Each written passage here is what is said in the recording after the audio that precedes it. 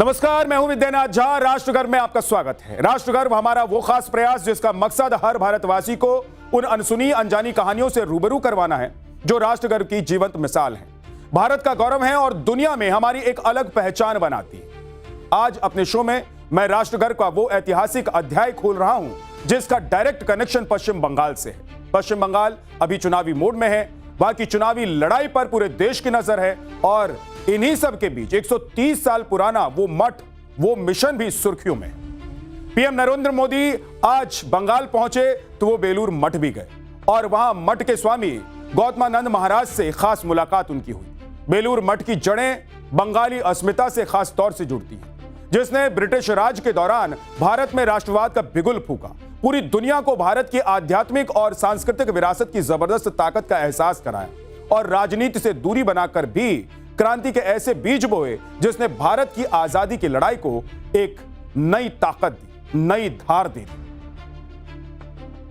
मैं बात कर रहा हूं हावड़ा के प्रसिद्ध बेलूर मठ की, जहां रामकृष्ण मठ और रामकृष्ण मिशन का ग्लोबल हेडक्वार्टर है, जिसकी स्थापना 19वीं सदी में स्वामी विवेकानंद ने की, जिन्हें आधुनिक भारत और हिंदू धर्म के सबसे प्रभावशाली शख्सियतों में से एक में गिना जाता है।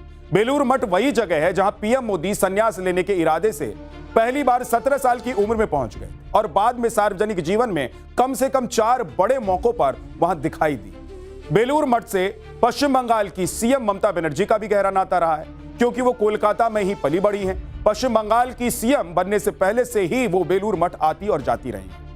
क्योंकि पीएम मोदी और ममता बनर्जी बंगाल की जनता को खुद से पॉलिटिकली कनेक्ट करने के लिए बेलूर मठ से अपने जुड़ाव का डायरेक्ट मैसेज देते हैं, इसीलिए 2026 के बंगाल चुनाव में भी बेलूर मठ फैक्टर महत्वपूर्ण बना हुआ है। राजनीति के दांवपेचों की बात अपनी जगह पर है, लेकिन उससे अलग पहचान रखने वाला बेलूर मठ कैसे हर भारतीय के लिए राष्ट्रगर्व की बड़ी वजह बना, आज के माहौल में वो शानदार कहानी भी आपको जरूर जानना चाहिए।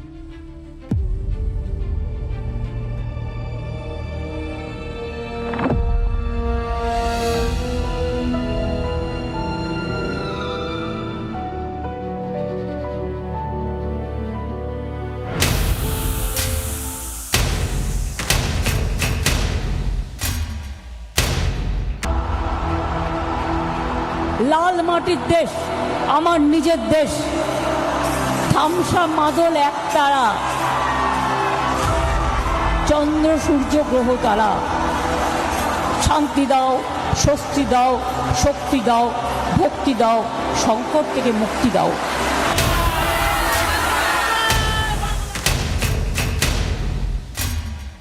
मैं आज कहकर जाता हूं, बंगाल का मुख्यमंत्री बंगाल में पैदा हुआ, बंगाली मीडियम में पढ़ा हुआ, बंगाली भाषा बोलने वाला ही बंगाल का मुख्यमंत्री होगा।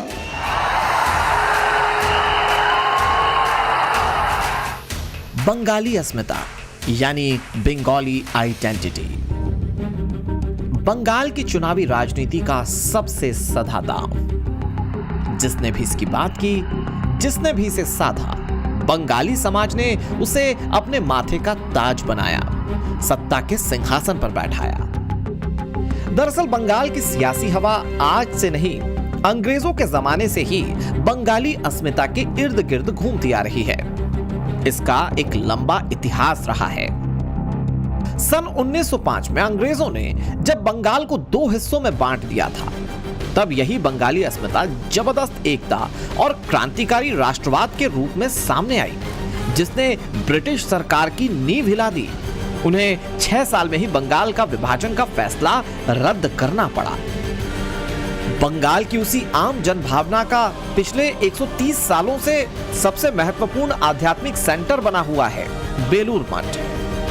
ये मठ आधुनिक बंगाल के आध्यात्मिक पुनर्जागरण का एक बड़ा केंद्र बनकर उभरा और स्वामी विवेकानंद और उनके गुरु रामकृष्ण परमहंस की विराट शख्सियत के रूप में बंगाल की सांस्कृतिक विरासत का जीवंत प्रतीक बन गया।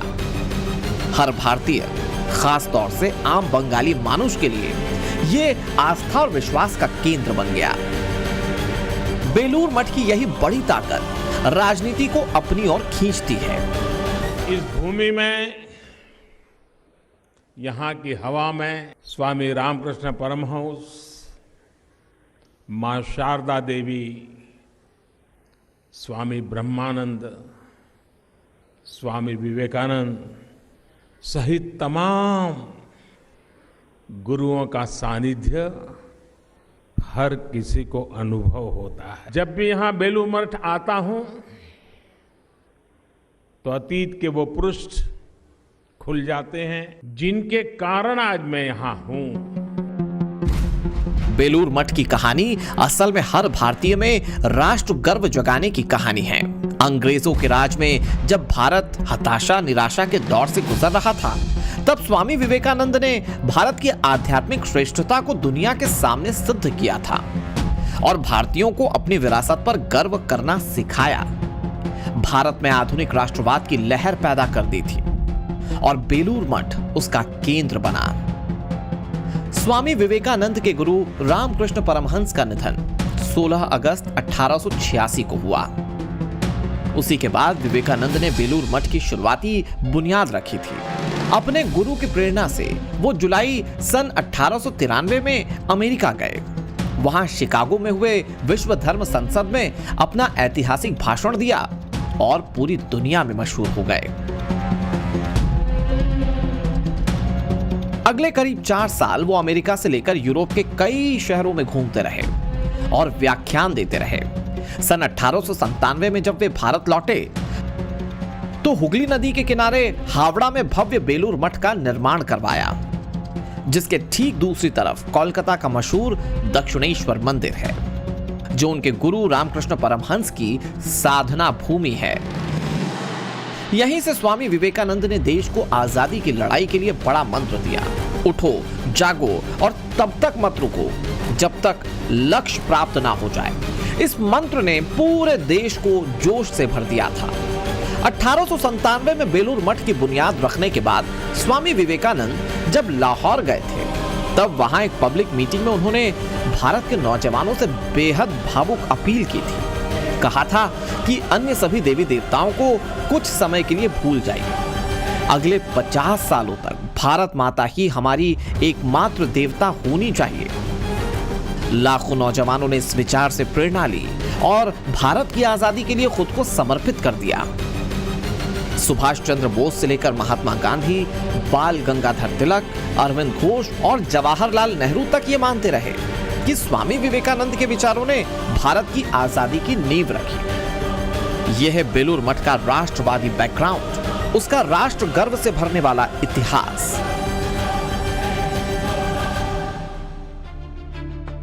ब्रिटिश खुफिया विभाग की फाइलों के अनुसार बेलूर मठ क्रांतिकारियों के लिए एक मुख्य आकर्षण का केंद्र था। अनुशूलीन समिति और युगांतर जैसे क्रांतिकारी संगठनों के सदस्य अक्सर गुप्त रूप से मठ आया करते। सुभाष चंद्र बोस, अरविंदो घोष और महान क्रांतिकारी बाघा जतिन स्वामी विवेकानंद के विचारों और मठ के सन्यासियों के प्रभाव से बेहद प्रभावित थे। सुभाष चंद्र बोस ने कई मौकों पर कहा कि मेरे अंदर राष्ट्रभक्ति जगाने में स्वामी विवेकानंद के विचारों का बड़ा योगदान है। वो स्वामी विवेकानंद को आधुनिक भारत के निर्माता और अपना आध्यात्मिक गुरु भी मानते थे। बेलूर मठ को अपना दूसरा घर वो मानते थे। 1941 में घर की नजरबंदी से अंग्रेजों को चकमा देकर सुभाष चंद्र बोस अफगानिस्तान के रास्ते जर्मनी गए, तो इसकी प्रेरणा भी बेलूर मठ बना। ऐतिहासिक तथ्य है कि उस रात उन्होंने खास तौर से बेलूर मठ का प्रसाद मंगवाकर खाया था। जब 26 जनवरी 1941 को अंग्रेजों को पता चला कि नेताजी गायब हैं, तो उनकी जासूसी टीमों ने सबसे पहले बेलूर मठ, दक्षिणेश्वर और काली घाट में उनकी तलाश की। उन्हें लगा कि वो एक साधु के रूप में वहां छिपे हुए हो सकते हैं, क्योंकि नेताजी का झुकाव अक्सर इन आध्यात्मिक केंद्रों की ओर रहता था। नेताजी ने अपनी चिट्ठियों में लिखा था कि वो आध्यात्मिक रूप से हमेशा बेलूर मठ से जुड़े रहे। अंग्रेजों की कैद से निकलने के बाद जब वो बर्लिन और फिर दक्षिण पूर्व एशिया में थे, तब भी वो अपने साथ स्वामी विवेकानंद की पुस्तकें और माला रखते थे। ये संपर्क केवल राजनीतिक नहीं बल्कि पूरी तरीके से आध्यात्मिक था, जिसने उन्हें उस कठिन समय में मानसिक बल दिया। स्वामी विवेकानंद और बेलूर मठ ने महात्मा गांधी को भी प्रभावित किया। उन्होंने सार्वजनिक तौर पर कहा कि स्वामी विवेकानंद को पढ़ने के बाद मेरे मन में अपने देश के प्रति प्रेम 1000 गुना बढ़ गया है। उन्होंने अपनी आत्मकथा में लिखा कि 1901 में जब कोलकाता में कांग्रेस के अधिवेशन के दौरान वहां पर वो मौजूद थे, तब उन्हें उत्साह में पैदल बेलूर मठ जाने का मन किया और वो गए। उस स्थान को देखकर बहुत वो भावुक भी हुए। स्वामी जी उस समय कलकत्ता में थे और बहुत बीमार थे, इसलिए गांधी जी उनसे मिल नहीं पाए। इसके बाद वो सन 1921 में बेलूर मठ में विवेकानंद जयंती में शामिल होने के लिए खास तौर से आए और तब उन्होंने अपने भाषण में अपील की थी कि बेलूर मठ स्वामी विवेकानंद की तपस्थली है, उनकी महासमाधि का पावन स्थान है, देश के नौजवान यहां से खाली हाथ ना लौटें। अपने मन में स्वामी जी के विचारों और उनकी राष्ट्रवादी भावनाओं को आत्मसात करें और खुद को देश सेवा में समर्पित करें। स्वामी विवेकानंद और उनके बेलूर मठ ने भारत में राष्ट्रवाद को राजनीति से आगे बढ़ाकर जिस तरीके से हर भारतीय के आध्यात्मिक और सामाजिक उत्थान से जोड़ा, वो आज भी राष्ट्रगर्व की अद्भुत कहानी है। भक्ति से कैसे राष्ट्रवाद की प्रचंड शक्ति जगाई जा सकती है, स्वामी विवेकानंद और उनके बेलूर मठ ने ये दुनिया को दिखाया। स्वामी विवेकानंद ने भारतीयों को कमजोरी को पाप समझने और शक्ति की पूजा करने की सीख दी और संन्यास की परंपरा को राष्ट्रवादी रंग दे दिया। रामकृष्ण परमहंस ने स्वामी विवेकानंद को सिखाया था, दरिद्र नारायण यानी गरीबों की सेवा ही ईश्वर की सच्ची सेवा है और संन्यास का असल सिर्फ मोक्ष पाना भर नहीं है, बल्कि गरीब दुखियों की सेवा और उनके जीवन को बेहतर बनाने का संकल्प है। विवेकानंद ने बेलूर मठ के जरिए उसे साकार किया। 1898 में बंगाल समेत पूरे भारत में जब प्लेग फैला, परिवार के परिवार उसकी चपेट में आकर मौत के मुंह में जा रहे थे, तब बेलूर मठ के सन्यासी ने मोर्चा संभाला, कमर कसकर राहत काम में जुट गए। मठ के निर्माण के लिए जुटाए गए धन को प्लेग पीड़ितों की सेवा में लगा दिया गया। अगले 2 सालों में यानी 1900 तक सिर्फ कोलकाता में ही 13,000 से ज्यादा लोगों की जान गई। यह आंकड़ा और भी भयावह हो जाता अगर स्वामी विवेकानंद और उनके सन्यासी अपने जीवन की परवाह किए बिना प्लेग प्रभावित इलाकों की सफाई और रोगियों की देखभाल में नहीं जुटते। उन्होंने गरीबों में मुफ्त भोजन और दवाएं बांटी और प्लेग घोषणा पत्र के माध्यम से जागरूकता फैलाई। शिक्षा, स्वास्थ्य और जन सेवा को अपना मिशन बनाया। आज पूरे देश में बेलूर मठ 1200 से ज्यादा शैक्षणिक संस्थान चला रहा है, जिसमें school, college, polytechnic, Vivekananda institute of medical sciences और रामकृष्ण मिशन विवेकानंद यूनिवर्सिटी शामिल है। 17 अस्पताल हैं, 147 दवाखाना और ग्रामीण आदिवासी इलाकों में मेडिकल सेवा देने वाले 64 मोबाइल मेडिकल यूनिट है, 7 नर्सिंग इंस्टीट्यूट हैं। दिलचस्प बात यह है कि इन सभी की कमान बेलूर मठ के सन्यासियों ने संभाल रखी है और वो भी निस्वार्थ भाव से, बिना वेतन के। बेलूर मठ की सबसे खास बात यह है कि यहाँ युवाओं को ही सन्यासी बनाया जाता है। मठ के नियमों के अनुसार सन्यासी बनने के लिए उम्र 28 साल से कम होना जरूरी है और उम्मीदवार का ग्रेजुएट होना अनिवार्य है। मठ का मानना है कि युवा उम्र में लिया गया संकल्प जीवन भर समाज और देश के लिए मजबूत आधार बनता है। इस लिहाज से सनातन धर्म के दूसरे मठों से बेलूर मठ अलग है, खास है। इस पॉइंट पर पीएम मोदी की कहानी भी बेलूर मठ से जुड़ती है। 17 साल की उम्र में सन्यास की इच्छा से वो बेलूर मठ पहुंचे थे और कई दिनों तक वहां रहे थे। तब बेलूर मठ के स्वामी आत्मस्थानंद जी ने उन्हें पहले ग्रेजुएशन तक पढ़ाई पूरी करने कहा था। जनवरी 2020 में पीएम मोदी जब बेलूर मठ आए थे तो उन्होंने वो पूरा किस्सा सुनाया और कहा कि यहाँ उनके लिए किसी तीर्थ यात्रा से कम नहीं है। बेलूर मठ आना उनके लिए घर वापसी जैसा है। बेलूर मठ की संन्यास परंपरा से राष्ट्र गर्व की एक और दिलचस्प कहानी जुड़ती है। बेलूर मठ दुनिया का अकेला ऐसा सन्यासी संगठन है जिसमें विश्व के सभी प्रमुख समुदायों और धर्मों के लोगों ने आकर संन्यास की दीक्षा ली और रामकृष्ण परमहंस और स्वामी विवेकानंद के सिद्धांतों को अपनाया। इसके पीछे भी एक दिलचस्प कहानी है। स्वामी विवेकानंद गुरु के आदेश पर दुनिया में सनातन धर्म और वेदांत का डंका बजाने निकले। शिकागो में विश्व धर्म संसद में सनातनी हुंकार भरी, अमेरिका से यूरोप तक उसका विस्तार किया। लेकिन जब वो लौटकर कोलकाता आए तो दक्षिणेश्वर मंदिर के गर्भगृह में उन्हें जाने से रोक दिया। उन्हें यह कहकर एंट्री नहीं दी गई कि 7 समंदर पार करने के कारण वो सन्यासी नहीं रहे, मलेच्छ हो गए।